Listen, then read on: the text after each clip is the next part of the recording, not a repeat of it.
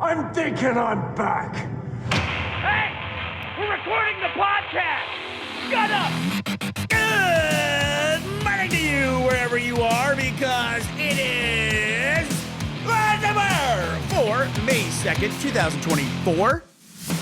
My name is Bernie Burns, hitting my posts like a frickin' champ. Sitting right over there. I'm thinking I'm back. I'm thinking she's back. It's Ashley Burns. How you doing, Ash? Hey, welcome back. Dude. No fin today. You don't get that. Tomorrow, I have to remind everybody, tomorrow is May 3rd. May 3rd is tomorrow, which is a very important day in our household because that is the day we will be watching Jerry Seinfeld's Unfrosted on Netflix. It's Ashley's birthday. Ashley's birthday is tomorrow, turning 29 years old again. Wow. Once again. And also a happy Fall Guy Day to those who celebrate. I listen, I love Ryan Gosling. I have been surprised over and over again at what people are able to take as a former decades-old property and turn it into a modern movie. And yet still I think this is going to be the dumbest movie ever. And I know I'm going to be wrong. I know I'm probably going to enjoy Fall Guy. But I have no idea why they would turn this into a... You're looking at me. Did you not know it was based on something? Is it a reboot? Is it? Yeah, no, I had no idea. I thought it was just like... Here's what I think the movie is about based on the like clips from the trailers and stuff I've seen. It was another one of those movies that I went, yeah, I'll see that. And then I just have tuned out the marketing. Not that I feel like Fall Guy is going to be one of those things where you have to plug your ears and go, la, la, la, spoilers. But can I ask you a question? Go ahead. Okay. I think the movie is, so he's a stuntman. And Emily Blunt, who I have like the biggest girl crush on, is and I have since I saw her like sweet arms in Edge of Tomorrow. She's so good. She's so good. Anyway, she's a fellow stunt person or something. He's working on movies and then gets dragged into some grand adventure. Yes, because he has all the capabilities of a modern day superhero or spy because he's in the stunt industry. You never heard of the Fall Guy? No. Do the names Lee Majors mean nothing to you? Does the name Heather Thomas not mean anything to you? No. Wow, that's crazy. Yeah, it was a show. Did not know this was a thing. So this was a show? I know the name Lee Major. Lee Majors was the $6 million man. That's probably how you know Lee Majors. But the Fall Guy, Heather Thomas, you also were not a teenage boy in the 80s, I can tell. Because Heather Thomas, on your wall, you had one of like three posters. One was Farrah Fawcett in front of the poncho, like the Mexican blanket. The other was in the red swimsuit. It's probably the more accurate way to describe that poster. One was Heather Thomas standing in a hot tub, or the other one was, I think, probably Tawny Katane from the White Snake video. One of those three posters. I'm drawing a complete blank on all three of those posters. I have no idea what we're talking about. I'm going to have to go look these up. These are going in the link dump. You're going to make me read Wikipedia? Here I go. The Fall Guy is an American action-adventure television series produced by ABC. That's the American Broadcasting Company, actually. Not to be confused with the Australian Broadcasting Corporation or whatever. Who would make that mistake? Who? No one. From November 4th, 1981 to May 2nd, 1986. It was canceled. It's the day. It was canceled. What is that? Jesus, 28 years ago today? 38 years ago? Jesus, 38 years ago today. Did you say 28? Oh, my God. Oh, how our math changes. 38 years ago today. 38 years ago. It stars Lee Majors, Douglas Barr, and one Heather Thomas as Hollywood stunt performers who moonlight as bounty hunters. Okay, this sounds fun. I want to go see this movie. So maybe that's what I'm going to go do while you're watching Unfrosted. It's got a great theme song. I'll cue it up here and we can play it. So you're excited for for Fall Guy? I am, and it's interesting too. This Ryan Gosling movie has me thinking of another thing. I don't know if you saw this, Bernie, but your favorite movie of the year. I was on a plane, I want to say, for about 36 hours yesterday somehow. Let me tell you, I have consumed every piece of media that exists by this point. Well, of all of the pieces of media that you have consumed, your favorite of the year, Argyle. So it hit streaming, okay? And an interesting thing happened when this movie, Argyle, hit streaming. it became a huge hit. Yeah, it was not a huge hit in theaters, but now it's done well on streaming. I have a theory about this, but go ahead. Well, yes, it got me thinking as well about just how we consume things very, very differently in this world of streaming. Like there's certain genres that have just full on stopped being made theatrically because people are like, oh, I can just watch a funny thing. I'd rather just watch it for free on streaming. I think probably one of the biggest ones in that category, not that they were ever huge in theatrical release to begin with, documentaries. I think documentaries, people consume those on streaming. I can't remember the last time anybody went to go see a documentary in theaters. It is weird that people will just sit down and watch a doc for streaming, but I'm never like, what am I in the mood for? I think I'm going to go to the theater. Or and I'm going listen to it. Watch a documentary. Podcasts are huge for essentially, they call them like true crime series, but they're documentaries, right? Yeah, they're audio documentaries. Serial audio documentaries in a way. Another genre I feel like that got hit really hard is that sort of low budget, mid budget comedy. Yeah. Like all the Adam Sandler, the Will Ferrell type movies, I feel like those are all streaming now. Or that Sydney Sweeney one, Glenn Powell. What is it? I know because Anyone But You. Did you watch it? I fast forwarded through about 3/4 of it for some reason. Maybe I was out of time. Maybe I was rushed. But yeah, that to me, I know that was a huge success. What I'm saying here is I think that was an exception that proves the current rule for what you're saying. Yes, rom-coms as well. You don't see a lot of in theaters at the moment. But one thing that I'm seeing a lot of success with on streaming, aside from the comedies, the docs, the comedy stand-up series, it turns out everything's really popular on streaming. But one of the big ones is Netflix has had a strategy the last several years of these very broad appeal, glitzy, big name star movies and things with what are fairly simple, straightforward, very digestible premises. I would say Argylle falls into one of those, but another one that fell into one of those was what was it, The Gray Man, which starred Ryan Gosling. So I brought that all around. There's another one that's in the news recently for what is my pet peeve, and before I communicate this, I should probably read a little bit more about this. It was a Rock, Ryan Reynolds movie called Red Notice. Red Notice, that's it. Red Notice. Well, The Rock has a movie, I don't know if it's come out, called, I think, Red One, which you may have seen headlines about. That's a completely different movie. But Red Notice was another one of those Netflix broad appeal movies. It had Ryan Reynolds, it had The Rock, and it had Gal Gadot. And it's one of those like spies, double cross, triple cross. Well, not spies, but like Heisty types, double cross. Some of them are spies. Heisty types. What are you in for? I'm a heisty type. Well, it's just their type of Pokemon. Dad, I love him. He's a heisty type. Hold on, get him. Hold on, he's beat only by a Fed type. Fedsy type. And it was one of those, they're going, and then it's like, who's going to double cross who, and who's going to get steal the gold thing. I watched that movie. I could barely tell you what it was about. But the point is, Bernie, I watched it because it was a broad appeal, easily digestible. Don't have to think. It can be doing a bunch of things in the background. It's got all it's got the snarky guy. It's got the guy with the muscles. It's got the hot lady who's like outsmarting people. Okay, so you're getting at what my theory is here. I can't help but wonder if on streaming services, if we are reaching the era of essentially thumbnails and clickbait is what we're getting here. Because when you have a streaming service, you just want people to click. That's all you're doing. They don't have to get in their car. They don't have to go buy tickets. They don't have to dedicate 2 hours to sit down in the theater. They just got to click the thing, right? That's all they have to do. And why wouldn't Argylle be a big hit? It's an entire media platform that's just based on posters, movie posters at this point. That's all it is. These streaming services. It's got Dua Lipa in it. It's got John Cena in it. It's got Henry Cavill in it. You literally just look at it and you're like, why wouldn't I give this thing a shot and just hit a button? It's not, but in your head, it's free, right? It's just my time investment at this point in time. So we might move into an era where we just see like movies that get these like broad categories of casting in them. Like if you think about even just Henry Cavill and John Cena and Dua Lipa, how many different categories of modern American culture does that cover? Well, and here's the thing too, is I feel like almost a little bit robbed by the movie Argylle. Because, and I don't think this is too much of a spoiler because Robbed it happens of 1050 to be exact. Right.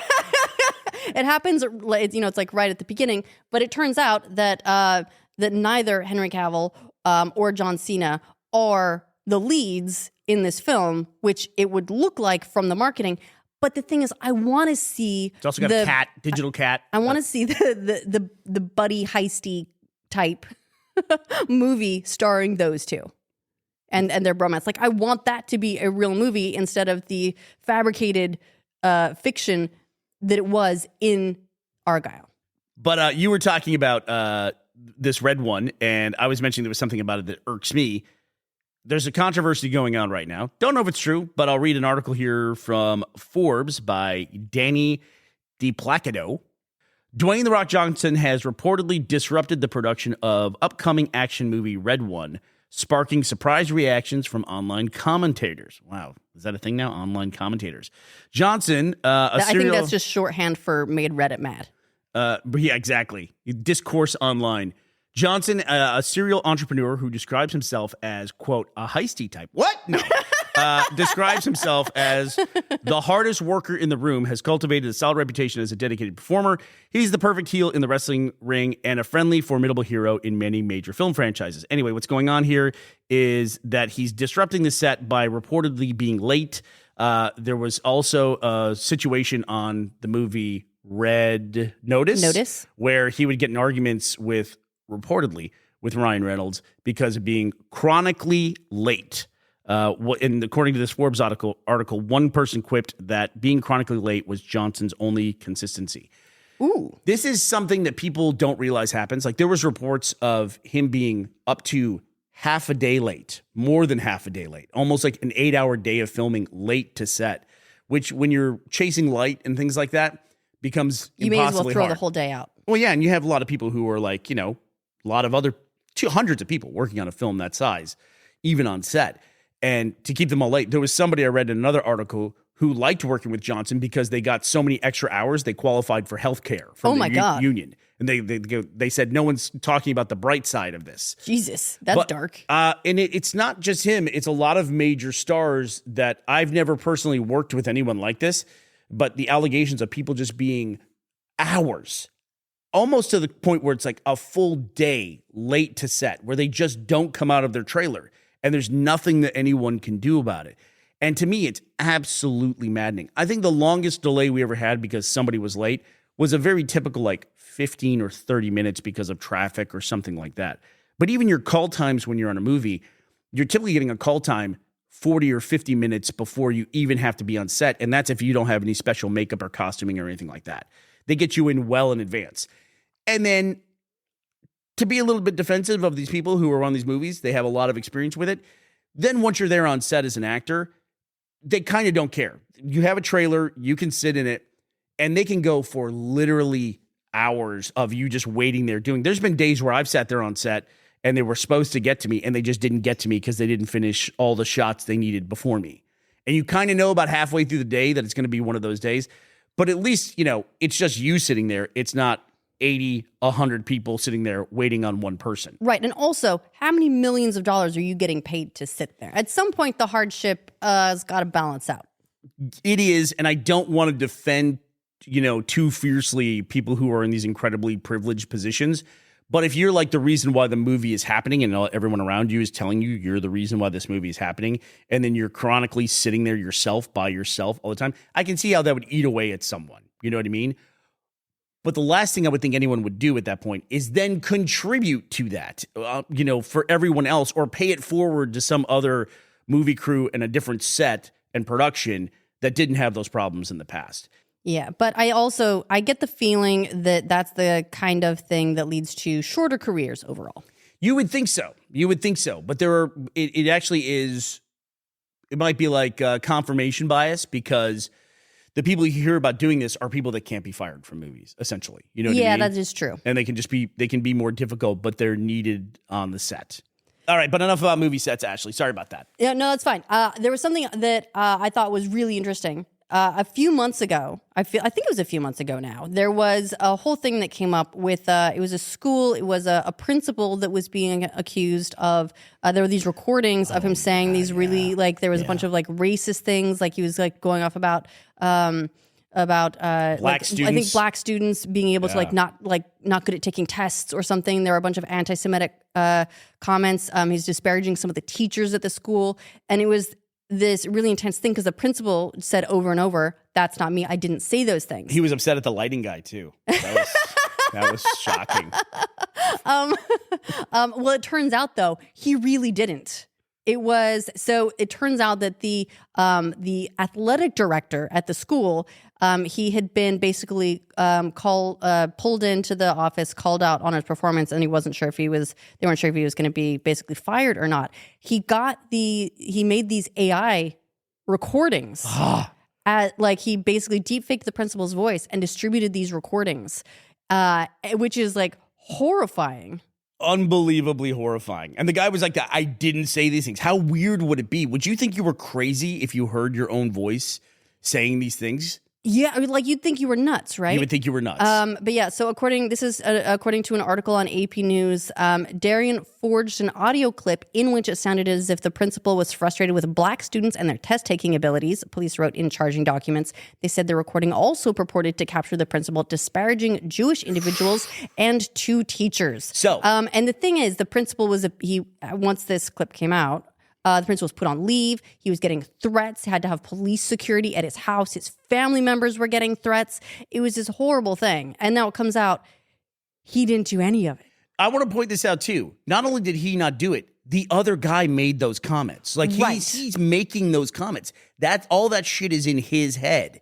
And he's putting it through an AI prompt, and getting this other guy framed for stuff that he's saying. Yes. Yeah. And so what's interesting about this is that AI and these faking crimes, they don't technically really exist as crimes yet. We're also in that era, that window of technology where the companies won't get hit at all for enabling people to use their technology to do these kinds of things. It's wild to me how big tech companies can just make these incredible tools that people tell them are going to be used for these horrible purposes. And there's no accountability for those companies. It'd be like if someone just making machine guns and scattering them on the street and saying, This is our new model, but it's up to you what you do. Yeah, we're they signed a user agreement and they're okay. Man, I've seen that so many times with technology, and it's crazy. And there's almost, until it gets to the congressional level, there's no accountability for that stuff. Yeah. So do you want to know what this guy's being charged with? Let me guess. Can I guess? Please. Fraud. I would say maybe identity theft would be one of them. And then interstate wire fraud, maybe? You would be wrong. Wow. Fraud, as I understand it, requires a financial sort of incentive or motive. And he wasn't blackmailing the principal or anything. He wasn't doing it for money. For gain. For gain. He was doing it in revenge. He's being charged with theft, disrupting school activities, stalking, and retaliating against a witness because you missed one. He's also a heisty type, and they're going to charge him with that. He's being charged for being heisty. You're being a lie type.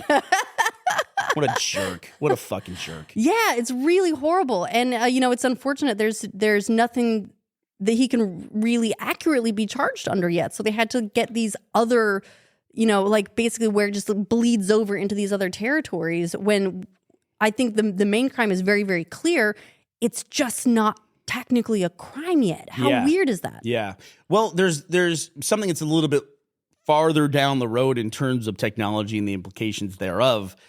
Instagram just revealed, I think yesterday, that they are now changing some of the rules around the way that people reuse other people's content. Good. They're going to make changes to the algorithm where original creators, they even use the term original creators, end up being recommended more in the recommendation engines, and the aggregators, and let's call them what they are, people who take other people's content, they're taking them and they're pushing them down in the algorithm as well. Then they made a specific point in here among the 4 big changes that they're making. One is that when people repost other people's content, they are going to tag the original creator in the post. But that's it. That word tag is like a made-up word with no real definition as to what that means. Does that mean the creator is going to get paid for that? The person who made the content? Probably not. Is going to get paid? Or maybe that gives them some ability then to have action against the aggregator. They could say look, my thing was tagged when you posted it. You made the post. It has my name in it. You owe me something for this. Maybe, but I If anything, it might just help original creators to track where their stuff is being reposted to. I don't know that it's going to do much for them financially. What percentage of people see a funny thing and go, I'm going to click through and find the original creator and give them my time? Not many. Well, it's one of those things too. It's like I was just talking about how the big tech companies, because they provide so much technology to people don't often hold them accountable for what happens on their platform. I've had very, very frustrating experiences with this myself in my career. They're not held accountable for that kind of thing. And when you look at like the tagging, it's essentially the equivalent of them saying to everybody, like, it's exposure, right? This is like, you made this incredible thing, and look, we're going to put your name on it while we put ads against it, and these other people are paid for the ads. It's just like the whole thing's just horrible to me, and I hope it's a good first step, but it's not where we need to be, Yeah, but it is a move towards making the just shameless reposters less of a financially viable sort of a path, I guess, and I think that's a good thing. I can also say this too: when you're a small creator and you're posting content, this is from a threads.net thread by @creators, which is the Instagram account.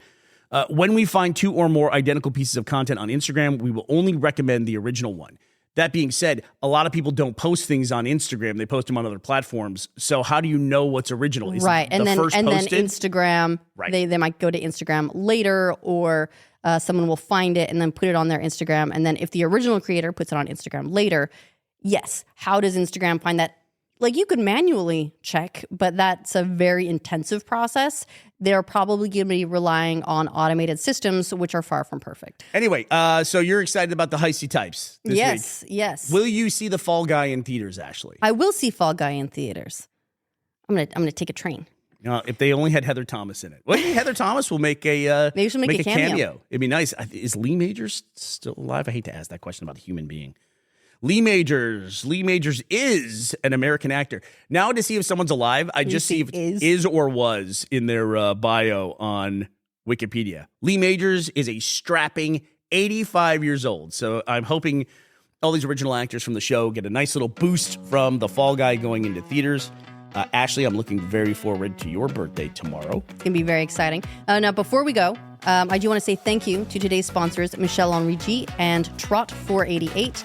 Thank you both for sponsoring this episode of Morning Somewhere. All right, well, that does it for us today, May 2nd, 2024. Please, everyone, I hope you'll join me in watching Unfrosted tomorrow, May 3rd, 2024. We will be back to talk to you tomorrow. We hope you'll be here as well. Bye, everybody.